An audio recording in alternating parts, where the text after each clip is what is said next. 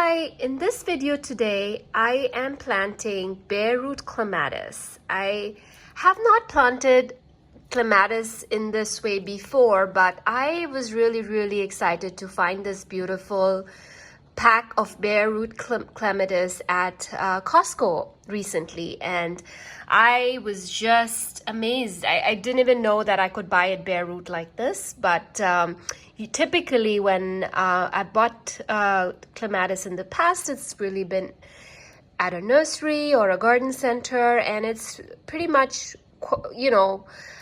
grown, and it's leafing and it's got some buds on it. So, and then sometimes even the flowers are open so you can see what the flowers look like. But this pack here is a bare root clematis pack, and it has 3 different clematis in here, and I am super excited. For those of you who don't know what clematis is, it is a vining plant, vine that flowers, and it is absolutely stunning. I've actually recently been reading this beautiful book by Stefan Buzzacki, and it is about best clematis, and it's been a very nice read for me. And it was funny because I just started reading this book, and I've been like looking at all of these beautiful images of clematis in here, and I went to Costco the other day and I see this pack of clematis, and I'm like, oh my goodness, I was just reading about them. I have some in my garden, but they are not quite mature yet. They are pretty young, but it's good to learn more about clematis, and I love how this book is fully dedicated to clematis, and it talks all about clematis, all of the different varieties, all of the different groups. And clematis can be a little bit confusing in terms of pruning because they fall into one of 3 groups. There is group 1 clematis, which purely just grows on old wood, so you can't really trim that one back. And then there's group 2, which blooms on both old and new wood, so that one you can do some selective pruning on it. And then there's group 3, which just grows on new wood, so it needs to be cut right to a few inches off the ground. So knowing what class and what group your clematis belongs to is important when you're planting clematis, just because you have to know how to prune it and take care of it from there on. So the other thing that's interesting about clematis is that you want the roots of the clematis to stay cool. That doesn't mean it needs to be planted in a shadier spot. It loves full sun because it's not going to bloom well if it's not in bright full sun, but if the roots are protected either by other perennials grown at the base, you can put some pebbles, you can put some mulch just to protect the base. That is very useful when growing clematis, and you'll have great success. They also don't like to be drying out too much, so make sure that they are well hydrated in a free draining soil, as well as they do love good feed, so make sure you fertilize them to get the optimum blooms from them. So this pack here is very exciting. Now, although this says these plants do not appreciate being moved, I get that, because once you plant them in the ground, you should technically just leave them there and not disturb their roots. But because these are bare root plants, so these came in this pack here. It is a pack of 3 clematis, so the different varieties. I'm just going to open this in a bit, and I'm going to show you the labels, the varieties that are in here. And they are different colors of pink, purple, and this dark, deep violet. So the 3 varieties I think in here are pink champagne, which is I think this pink one. There is Niobe, which is this really deep violet purple. Sorry, this pinkish purple, like almost burgundy. And then there is HF Young, which is this more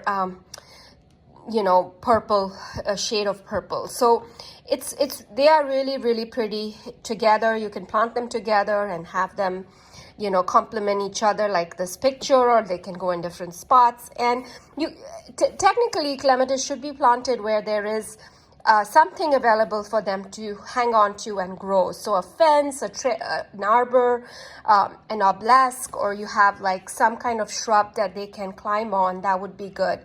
The only thing I would keep in mind is, depending on the type, the group of the clematis, it's important to know the group so that when you're pruning your shrub or you're pruning the clematis, you're not pruning off stems that will bear flowers. So easiest, I think, for a shrub would be to have something that's group 3, because then you can just cut it down to the ground and it's just going to regrow every year and bloom for you. So I think that would be the easiest to plant, or even a group 2 would be okay because it does bloom on both old and new wood. So, and then there is different bloom times. There are some really early blooming ones, there are some late blooming ones, some bloom all summer. So there's many different varieties available. So I'm just really excited to find these bare root ones. They're already growing shoots. So what I'm going to do today is I'm going to actually pot these and start them indoors to give them a head start. So that at least, I don't really know if this summer they are going to give me that many blooms or flower, but it's my first time experimenting with them. And I think all of the ones in this pack are group 2, which bloom on both old and new wood. So maybe I will get some blooms, but later in the season. So it's really important for me to kind of get them started right now, so that I can, really enjoy some of these blooms later on in the season.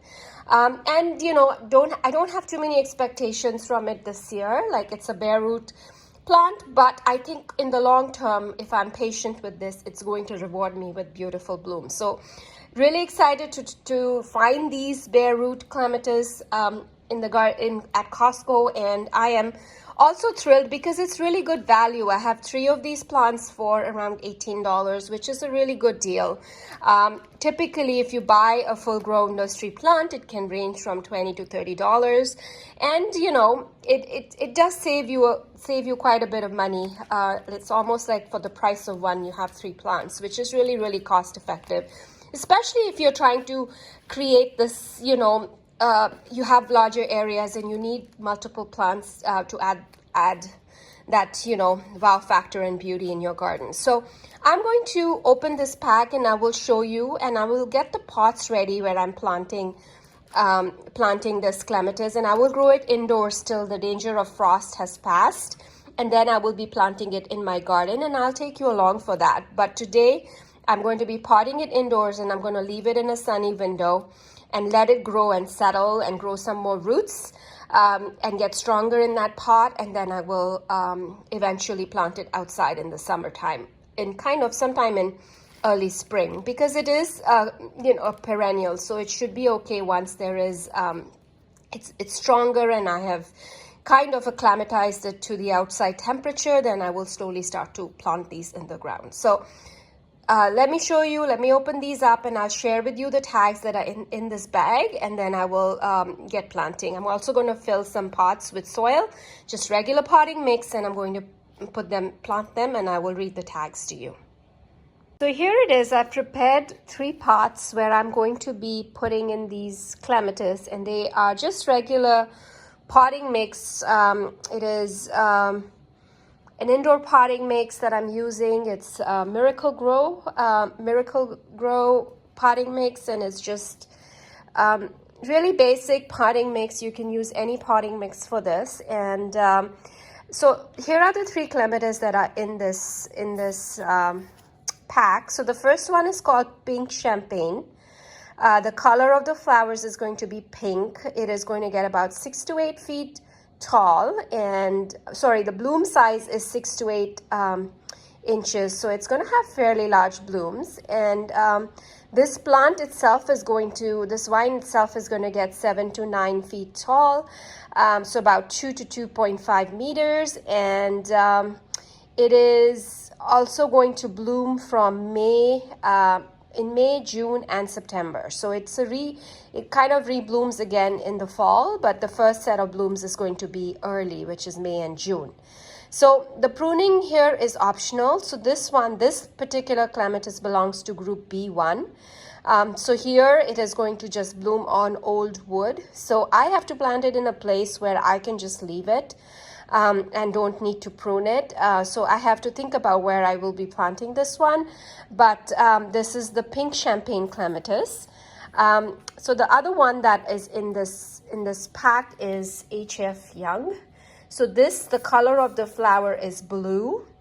Again, the size of the bloom is 6 to 9 inches. It's a very same kind, so it's a same bloom time, May, June, and September, and it gets to about 7 to 9 feet tall, and it's also again in pruning group 1, B1, which is pruning is optional on this one. So which is good to know, because all of these are the same group, so they can be, I was actually thinking of planting them together in one area so they can have this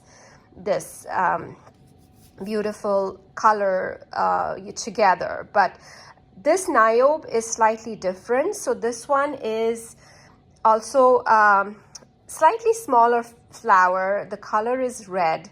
The flower size is slightly smaller as well, 4 to 6 inches. And this one is a little bit later blooming. It'll bloom from June to September. So it is a little bit longer blooming, but it's kind of going to provide color in the middle. So it's a good combination to add these three together, because this one is going to bloom from June to September. These other two are going to be earlier in May and into overlap in June, and then they're going to take a break and come back to bloom in September. So this is also a bit shorter. It's about 6 to 8 feet, and it's in group B2.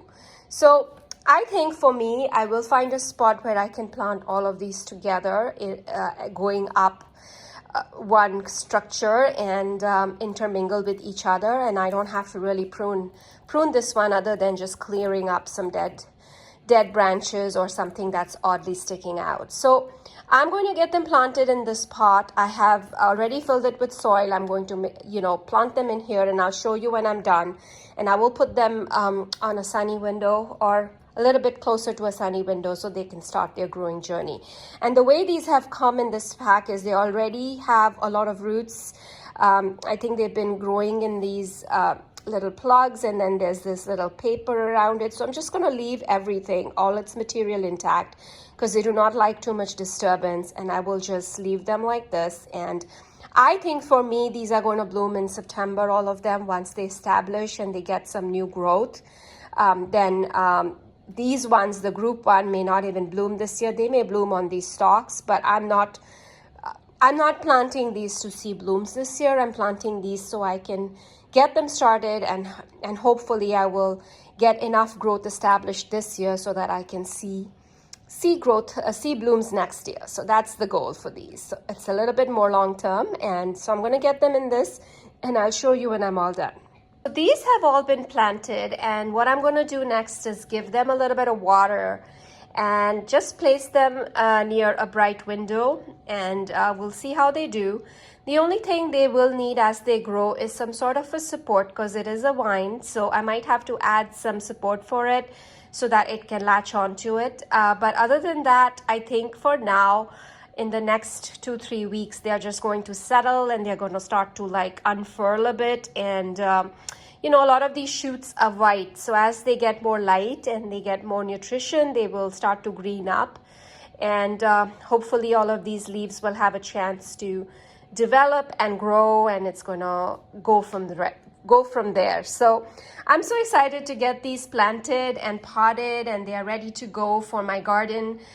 Excited to get this job done, and really excited to find these clematis. I don't have these in my garden, and it's nice to try new varieties of clematis, and there's so many of them to choose from, and they're all so beautiful.